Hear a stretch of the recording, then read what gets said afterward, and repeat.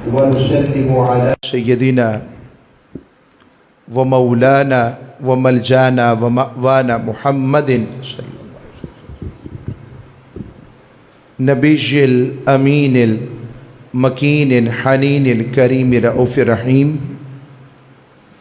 أما بعد فأعوذ بالله من الشيطان الرجيم. بسم الله الرحمن الرحيم. قال الله تبارك وتعالى في القرآن المجيد: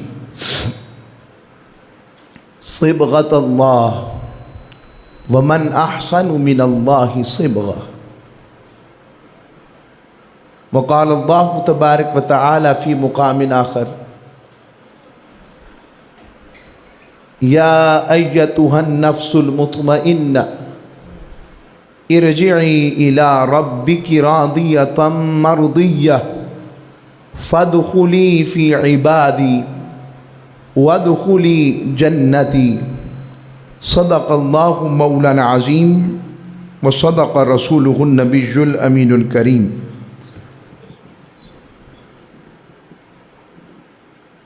اللہ رب العزت کا بے پایا لطف و احسان ہے اور اس کے حبیب مکرم صلی اللہ علیہ وآلہ وسلم کی بارگاہ کی عنایت ہے کہ جس کی توفیق سے ہم جمعۃ المبارک میں اکٹھے ہو کر محبت، عشق، ہدایت اور محرم الحرام میں بالخصوص مناقب، فضائل ان محبت والوں کے، قرابت داروں کے، آل پاک کے بیان کرتے ہیں جو تاجدار کائنات کا نسب بھی ہیں، آقا صلی اللہ علیہ وسلم کا خون اطہر بھی ہیں، آقا صلی اللہ علیہ وآلہ وسلم کی محبت بھی ہے، اور پھر ان آل پاک میں حسین پاک جو راکب دوش سوار مصطفیٰ ہے، حضور نے انہیں اپنے کندھوں پر سواری کروائی ہے، لائب صدر مصطفیٰ ہیں، تاجدار کائنات نے انہیں اپنے سینوں پر کھلایا ہے. وہ لامس لسان مصطفیٰ تاجدار کائنات کی زبان کو چوسنے والے ہیں، جو سبط مصطفیٰ ہیں، حضور کی خوشبو ہیں، آقا کی جان ہیں، نور العین سیدہ طیبہ فاطمہ زہرا ہے، اور جگر گوشہ مولا علی المرتضیٰ ہیں، حق کی پہچان ہے اور حق کا آقا کی عطا سے حق کا اصل علم ہے، اور یوں اگر کہوں اللہ کی عطا سے کہ قیامت تک کے لیے حق کا کتب نما ہے. حق کا کتب نما یعنی پرانے زمانے میں کتب نما ہوتا تھا کہ وہ اس سے کمپاس کہتے تھے انہیں، تو کمپاس سے سفر کا تعین ہوتا تھا، درست جا رہا ہوں کہ غلط. رب نے حسین کو حق کا، حق نما کا اور کمپاس اور کتب نما بنایا. جس نے جانا ہو کہ دیکھے کہ وہ صحیح راستے پر ہے، وہ اس کتب نما کے ساتھ اور کمپاس میں دیکھے.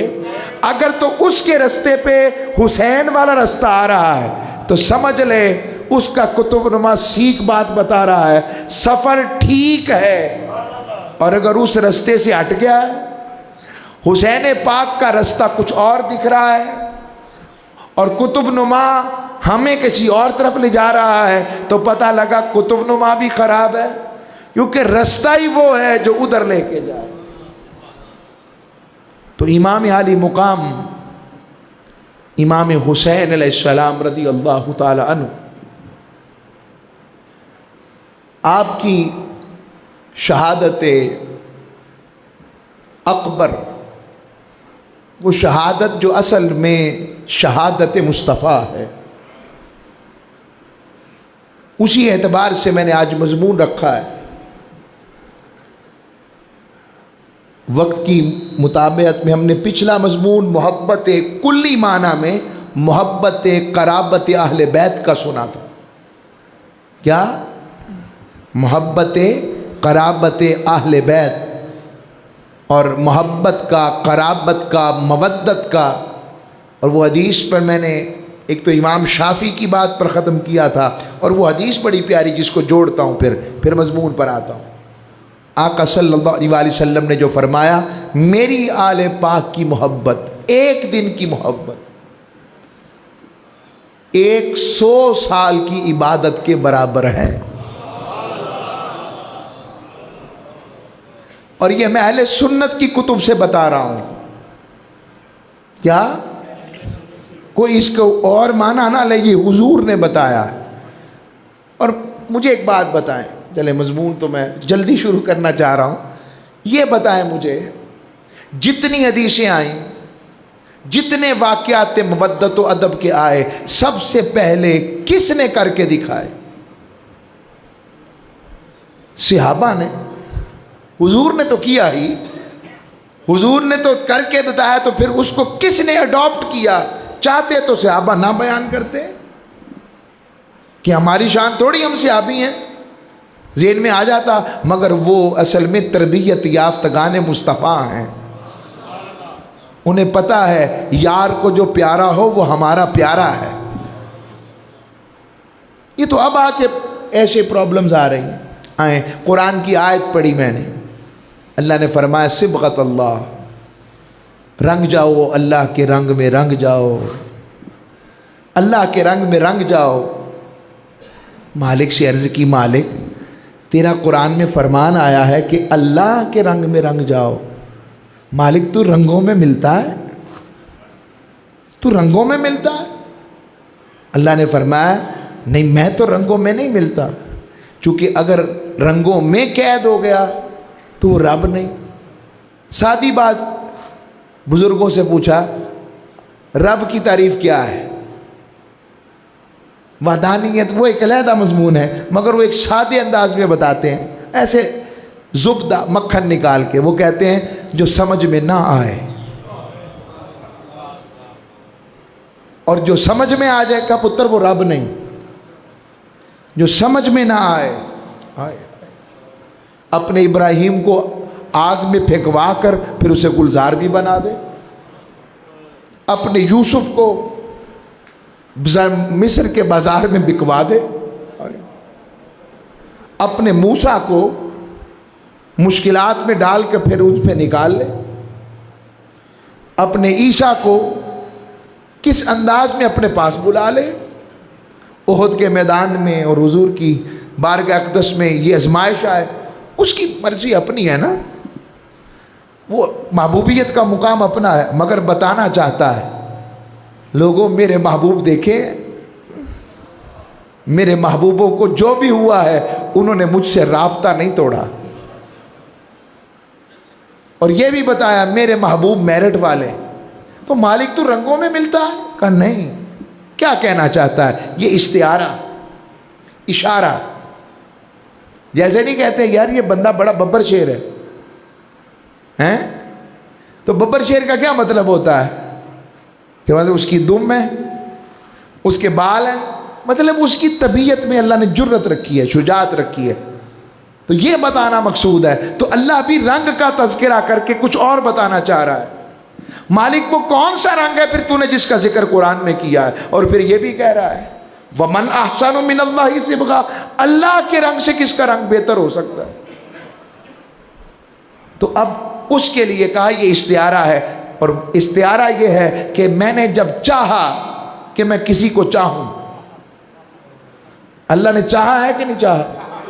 تو اللہ نے جب چاہا کہ وہ کسی کو چاہے، تو اس چاہنے کے لیے، اس چاہت کے لیے اس نے پہلی دفعہ جب چاہت کے بیان کے لیے اور چاہت کو پیدا کرنے کے لیے پہلی دفعہ کہا انما امرہ اذا اراد شیئا ان یقول لہ کن فیکون.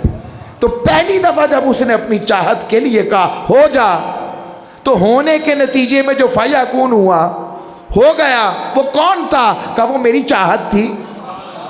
وہ میرا رنگ تھا اور اس رنگ کو بکھیرا تو باقی کائنات تو بنی، مگر آدم کو صفویت بھی ادھر سے دی، نوح کو نجی بھی وہاں سے بنایا، ابراہیم کو خلیل بھی وہاں سے بنایا، یوسف کو حسی بھی وہاں سے بنایا، اس کی عطا سے میں نے بنایا، موسیٰ کو کلیم بھی بنایا، عیسیٰ کو مسیح اور کلمۃ اللہ بھی بنایا، اور بعد جب ان سب کو سمیٹا تو وہ پھر کون ہوا؟ وہ وجود مصطفیٰ ہو گیا۔ تو وہ رنگ رنگ مصطفیٰ ہے جس میں رب کا رنگ ہے، جس میں رب کی صفتوں کا رنگ ہے، جس میں رب کے افعال کا رنگ ہے، جس میں رب کے جلووں کا رنگ ہے۔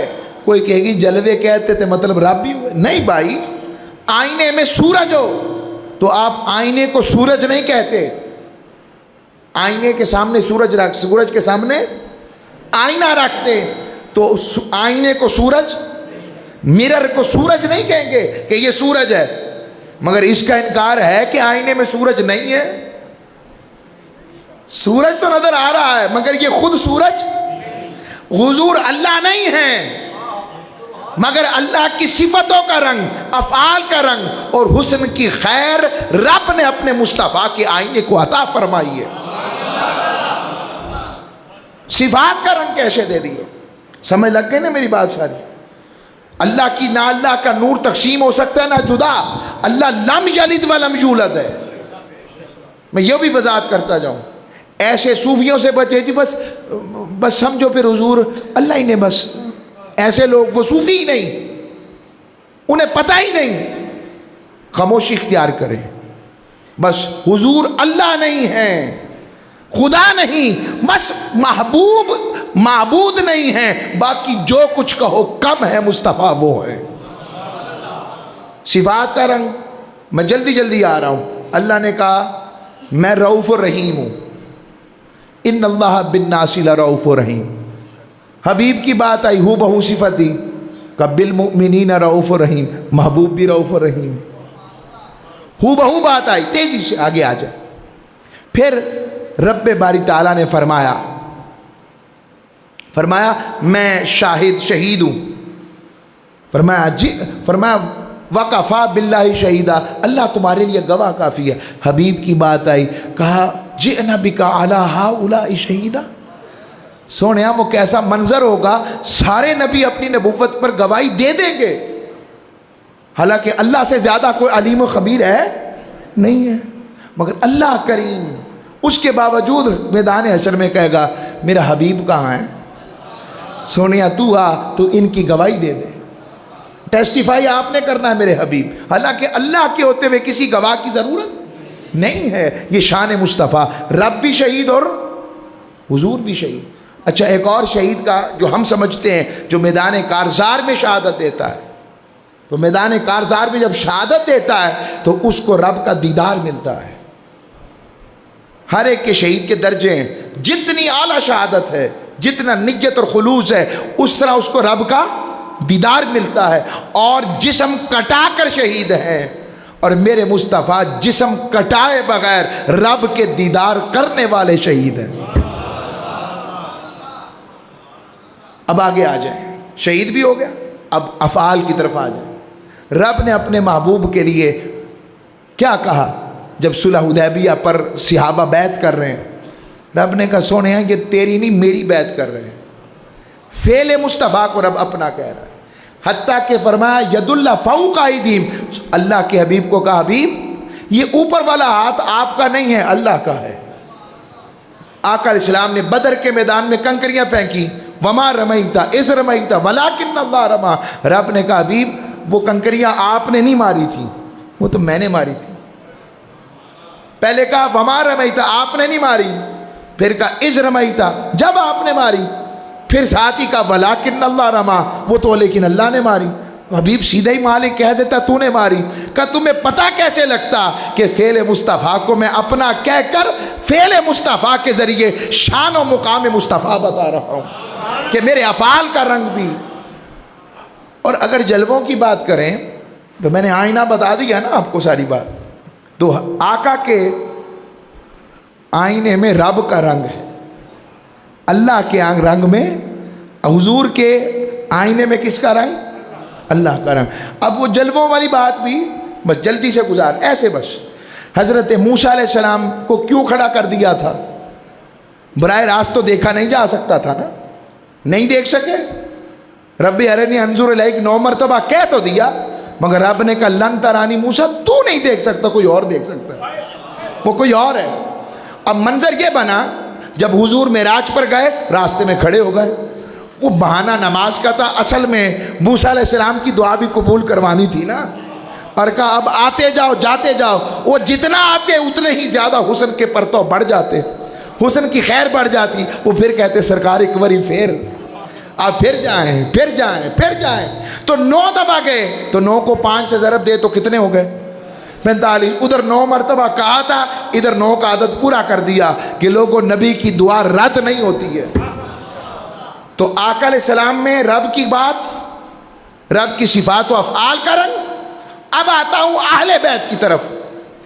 صحابہ میں کچھ ایسے تھے جنہیں آقا نے اپنے چہرے کا فیض عطا کیا۔ حضرت صدیق اکبر کے بارے میں آتا ہے، حضرت مصعب بن عمیر کے بارے میں آتا ہے۔ ارے وہ تو صحابی ہو کر فیض پا گئے، اور جو ہوئی خون مصطفیٰ، جو آقا کی قرابت ہو، آقا کے اہل بیت ہو، آقا کے محبوب ہو۔ اب وہ قرابت والے کون ہیں؟ تو پہلے تو وہ پاک ہونے چاہیے، کیونکہ حضور پاک ہے۔ تو رب نے کہا آؤ بتاتا ہوں، انما یرید اللہ لیذھب عنکم الرجس اہل البیت ویطہرکم تطہیرا۔ یہ اللہ کا ارادہ ہے صرف کہ میرے حبیب آپ کے گھر والوں کو ہر طرح کی نجاست سے پاک کر دے، مطہر کر دے، مزکا کر دے۔ اب اس میں کون کون سی چیز سے پاک کر دیا ہے؟